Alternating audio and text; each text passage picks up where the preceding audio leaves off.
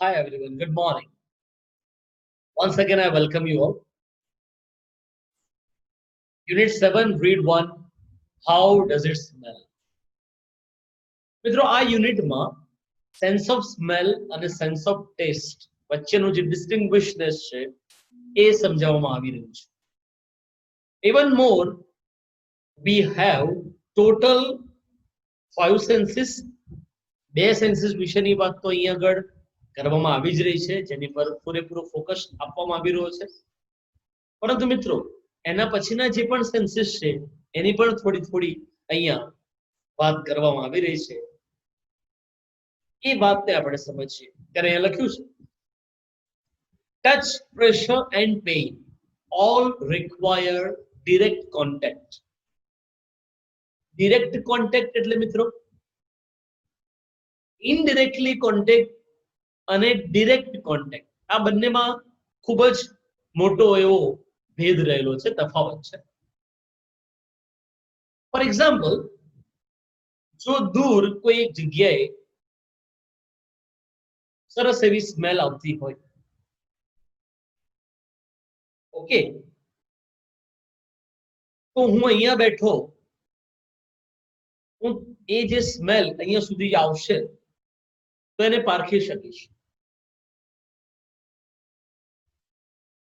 પરંતુ મિત્રો સ્પર્શની બાબતમાં, પ્રેશરની બાબત અથવા પેઇનની બાબતમાં આ બધા પેરામીટર્સના કોન્ટેક્સ્ટમાં આપણે વાત કરીએ તો આ દરેકે દરેક પેરામીટર્સને ડાયરેક્ટ કોન્ટેક્ટની જરૂર છે.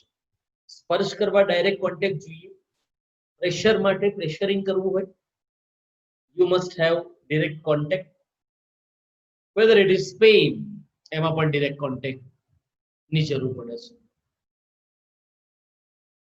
Usually hearing and sight are like smell, long distance senses. મોટેભાગે એવું જોવા મળે છે કે આપણી sense of here and sense of site, sense of hearing, sense of site એટલે કે આપણી જોવાની શક્તિ, દ્રષ્ટિ, અને બીજું છે સાંભળવાની શક્તિ, આ બંને જે છે એ સેન્સ ઓફ સ્મેલ જેવા જ છે.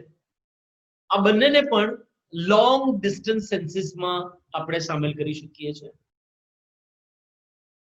Smell has it's advantages. મિત્રો અહીંયા એવું કહેવામાં આવે છે કે સ્મેલ જે છે ને, સેન્સ ઓફ સ્મેલ, એમાં એના પોતાના એડવાન્ટેજીસ છે, ફાયદાઓ છે. હવે સાઇટ અને હિયરિંગ ની વાત કરીએ તો અહીંયા આગળ સાઇટ, હિયરિંગ અને સેન્સ ઓફ સ્મેલ, આ બંનેમાં શું વેરિએશન છે? Sense of hearing, sense of site અને એક બાજુ છે સેન્સ ઓફ સ્મેલ, આ બંને વચ્ચે શું ભેદ છે જોઈએ. Sight is, that is the state of nature. Sight is dependent on the sun and is to a great extent useless at night. મિત્રો એવું કહેવામાં આવ્યું છે કે આપણે જોવાની જે શક્તિ છે ને એ જ્યારે સૂર્યપ્રકાશ હોય ત્યારે ખૂબ જ તેજ હોય છે, પરંતુ જ્યારે અંધકાર હોય ત્યારે જે તે પણ વ્યક્તિ ખૂબ જ સારી એની દ્રષ્ટિ હશે તેમ છતાં પણ અંધકારમાં એ સારી રીતે જોઈ શકે નહીં. એની સેન્સ ઓફ સાઇટ જે છે એ ડલ થઈ જાય છે ડાર્કનેસમાં, નાઇટમાં. But smell is on day and night duty. પણ સેન્સ ઓફ સ્મેલનું એવું નથી. સૂર્યપ્રકાશ હોય ત્યારે પણ સેન્સ ઓફ સ્મેલની ડ્યુટી હોય છે, અને જ્યારે નાઇટ એટલે કે અંધકાર હોય છે ત્યારે પણ સેન્સ ઓફ સ્મેલની ડ્યુટી હોય છે. So it is on the day and night duty. Also hearing is dependent on the production of sound.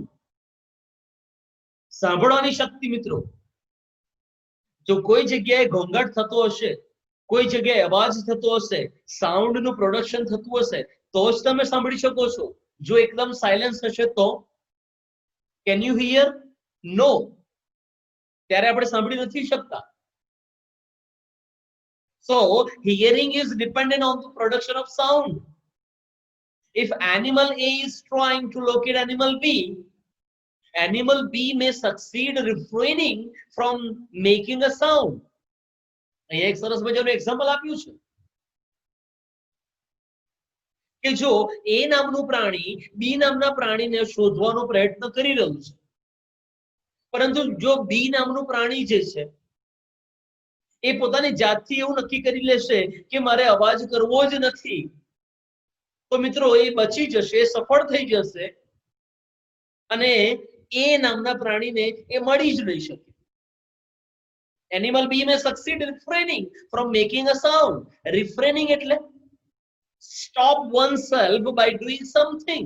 જેનો અર્થ થાય પોતાની જાતને કંઈક કરવા માટે અટકાઈ લેવું. તો મિત્રો અહીંયા હિયરિંગ અને સેન્સ ઓફ સાઇટ ની વાત કરવામાં આવી. હિયરિંગ જે છે એનો આધાર શાની પર છે? પ્રોડક્શન ઓફ સાઉન્ડ પર. સેન્સ ઓફ સાઇટ છે એનો આધાર શાની પર છે? સનલાઇટ પર. ડાર્કનેસમાં નાઇટના સમય દરમિયાન એ ડલ બની જાય છે. બટ સેન્સ ઓફ સ્મેલ મિત્રો, it has day and night duty. રાત્રે પણ કામ કરવું પડે, દિવસે પણ કામ કરવું પડે. 24 કલાકની ડ્યુટી છે એની. ઓડોર, અહીંયા સુગંધ અને દુર્ગંધ બંનેની વાત કરવામાં આવે છે. Odour on the contrary, on the contrary એટલે ના વિરુદ્ધમાં. ઓડોર જે છે એ બંનેના વિરુદ્ધમાં છે. હિયરિંગ અને સાઇટના વિરુદ્ધમાં છે. જોવાની શક્તિ અને સાંભળવાની શક્તિના વિરુદ્ધમાં છે આ જે સેન્સ ઓફ સ્મેલ છે. Odour that is not consciously controlled. જો કોઈ જગ્યાએ સુગંધ આવતી હશે તો આપણામાં એ શક્તિ નથી કે આપણે દુર્ગંધને મહેસૂસ કરી શકીએ. કોઈ જગ્યાએ દુર્ગંધ આવતી હશે then we don't have any ability to get real fragrance of the particular thing. આપણી વસ્તુ શક્તિ નથી મિત્રો. જો દુર્ગંધ આવતી હશે તો દુર્ગંધ જ આપણને મળશે, સુગંધ આવતી હશે તો સુગંધ જ મળશે. So that is, or that cannot be consciously controlled. But yes, in the form of sense of sight and sense of hearing, we have control, I would say. ત્યારે અહીંયા આગળ કહે છે among primates generally, મોટે ભાગે વાનરમાં and humans especially, અને ખાસ કરી મનુષ્યમાં, મોટે ભાગે વાનરોમાં અને ખાસ કરીને મનુષ્યમાં, the sense of smell has been displaced for long distance purposes by the sense of sight. મિત્રો અહીંયા એવું કહેવામાં આવે છે કે લોંગ ડિસ્ટન્સ પર્પસીસ ને અકમ્પ્લિશ કરવા માટે એ સેન્સ ઓફ સાઇટ ના કોન્ટેક્સ્ટમાં પ્રાઇમેટ્સ અને હ્યુમન્સ એ ખૂબ જ એક્સેલન્ટ હોય છે. ત્યારે અહીંયા આગળ પણ કહે છે this is the result not only of a sharpening of sight but of a deadening of smell. અને એનું પરિણામ શું આવે? નહીં કે માત્ર આપણી સાઇટ, આપણી જે જોવાની શક્તિ છે શાર્પ બને છે, પરંતુ આપણી સ્મેલ કરવાની જે શક્તિ છે એ ડેડ બની રહી છે, ના ડલ બની રહી છે, એવું એનો અર્થ થાય. Our sense of smell is far less delicate than that of a dog. આપણી જે સેન્સ ઓફ સ્મેલ છે ને મિત્રો, એ અહીંયા આગળ શું કહેવામાં આવે છે? આપણી મનુષ્યની જે સેન્સ ઓફ સ્મેલ છે એ ડોગ કરતા ખૂબ જ ઓછી ડેલિકેટ છે. સ્નિફર ડોગ વિશે તમે સાંભળ્યું હશે ના? કોઈ પણ ઇન્વેસ્ટિગેટર્સ અથવા પોલીસ જ્યારે પણ કોઈ ક્રાઇમ થયો હોય ત્યારે સ્નિફર ડોગને લઈને આવી જાય છે. બીકોઝ ડોગની પાસે સેન્સ ઓફ સ્મેલ જે છે એ ખૂબ જ delicate, high delicate, and we have less delicate sense of smell.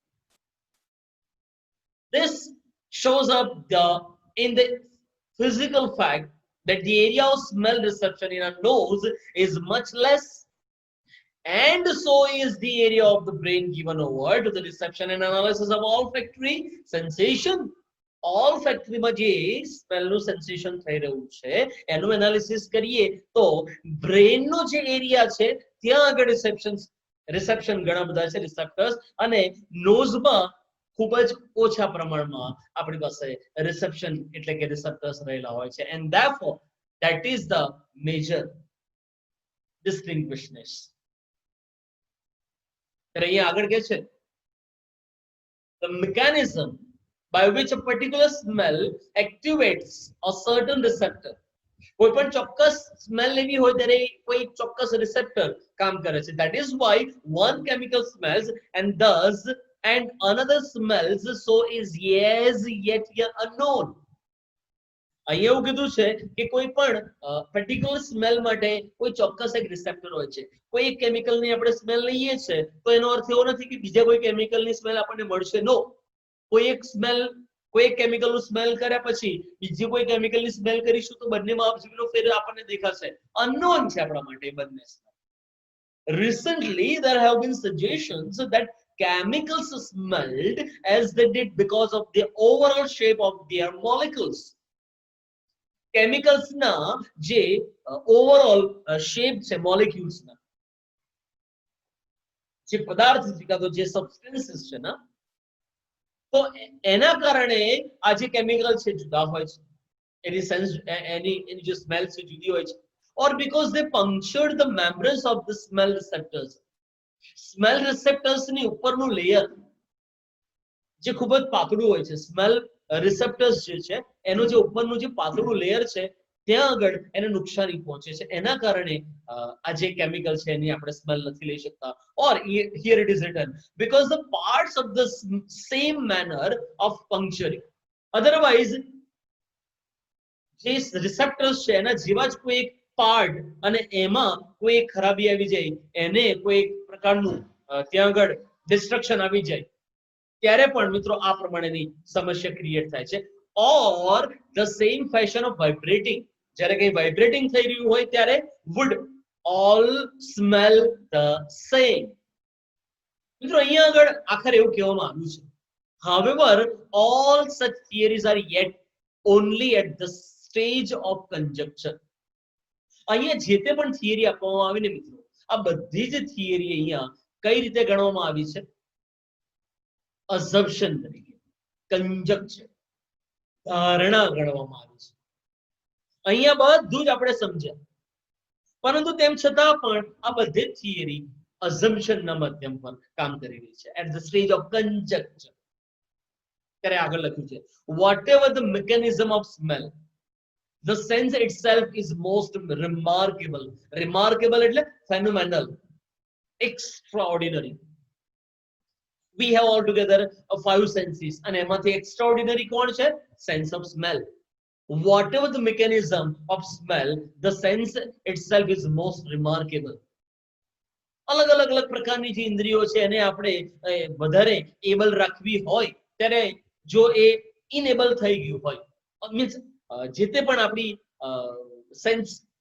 Senses છે, 5 સેન્સીસ માંથી કોઈ એક સેન્સ કામ નથી કરતું, માનો કે હિયરિંગ, સાંભળી નથી શકતું કોઈ વ્યક્તિ, તો બહાર એક મશીન મળે છે, એ મશીન લઈને આપણે કાનમાં ફિટ કરીએ તો આપણી જે એબિલિટી છે સાંભળવાની એ એઝ ઇટ ઇઝ થઈ જાય છે. પરંતુ સેન્સ ઓફ સ્મેલ, મિત્રો આ જે સેન્સ ઓફ સ્મેલ છે ને એ એની પોતાની જાતે જ એક રિમાર્કેબલ સેન્સ છે, extraordinary. although some human senses can be outdone by mechanical devices.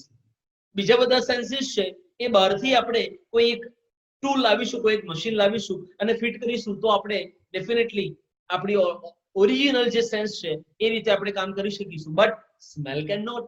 પરંતુ આપણે સ્મેલના માટે એવું નથી કરી શકતા. The living nose is not likely to be replaced by any non-living contrivance in the foreseeable future. નજીકના ભવિષ્યની જ વાત કરી લેવાની મિત્રો. નજીકના ભવિષ્યમાં યાદ રાખજો એવી કોઈ પણ વસ્તુ, એવી કોઈ પણ મશીન નહીં બને કે જે આપણા નાકમાં આપણે ફિટ કરીશું અને આપણને દુર્ગંધ આવશે તો આપણને દુર્ગંધ આવતી હશે તો આપણને સુગંધ મળશે. નો મિત્રો, નથી બનવાનું એ. હા, કોઈ વ્યક્તિ સાંભળી નથી શકતું તો એના માટે એ મશીન આવે છે સાંભળવા માટે. જોઈ નથી શકતું, અત્યારના સમયમાં તો લેન્સીસ આવી ગયા છે, લેન્સ પહેરે છે ને બહુ સરસ દેખાય છે. પરંતુ મિત્રો સેન્સ ઓફ સ્મેલના કોન્ટેક્સ્ટમાં એવું બનવાનું નથી. ધ લિવિંગ નોઝ, ખરેખર જે એકચ્યુઅલ નોઝ છે આપણું, that is not likely to be replaced by any non living contrivance. contrivance એટલે મશીન, non living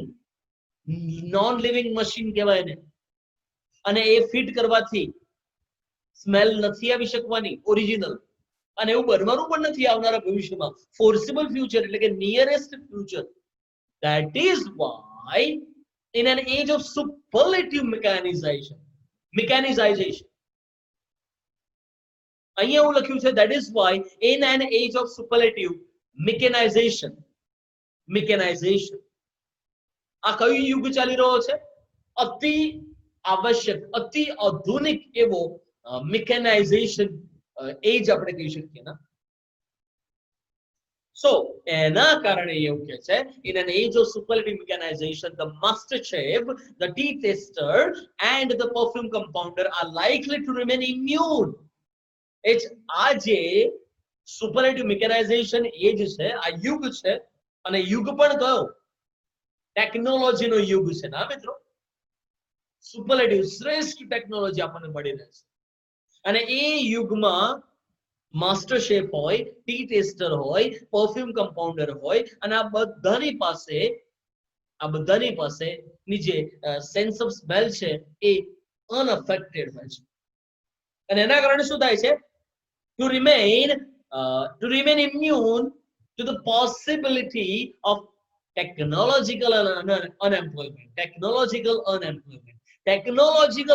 unemployment આવે છે મિત્રો ત્યારે માસ્ટર શેફ, ટી ટેસ્ટર યા પરફ્યુમ કમ્પાઉન્ડર એમને કોઈ પણ પ્રકારનું અફેક્શન, કોઈ પણ પ્રકારનું અફેક્ટ, કોઈ પણ પ્રકારની અસર થતી નથી, અનઅફેક્ટેડ રહે છે. So with this last sentence the unit or the read is over. હવે મિત્રો સમસ્ત આખું સંપૂર્ણ યુનિટ દરમિયાન તમને કોઈ ક્વેશ્ચન યા ક્વેરી હોય તો 9033624755 મારા નંબર ઉપર તમે વોટ્સએપ અથવા કોલ કરીને તમારા ક્વેશ્ચન, તમારી ક્વેરી મને પૂછી શકો છો. અન્ય શાળાના જો તમે વિદ્યાર્થીઓ હોય તો તમારા અંગ્રેજીના વિશેષ શિક્ષકોનો સંપર્ક સાધી લો. નેક્સ્ટ ટાઈમ ફરી મળવાનું છે. ફરી વિડિયો લેક્ચરમાં જ્યારે આપણે મળીશું ત્યારે યુનિટ નંબર 7 જ કન્ટિન્યુ કરવાનું છે, જેનું બીજું રીડ આપણે સમજવા જવાના છે. ત્યારે મિત્રો નેક્સ્ટ ટાઈમ મળીશું ત્યારે યુનિટ 7 સેકન્ડ રીડમાં મળીશું. ત્યાં સુધી good bye friends. Thank you very much for being here.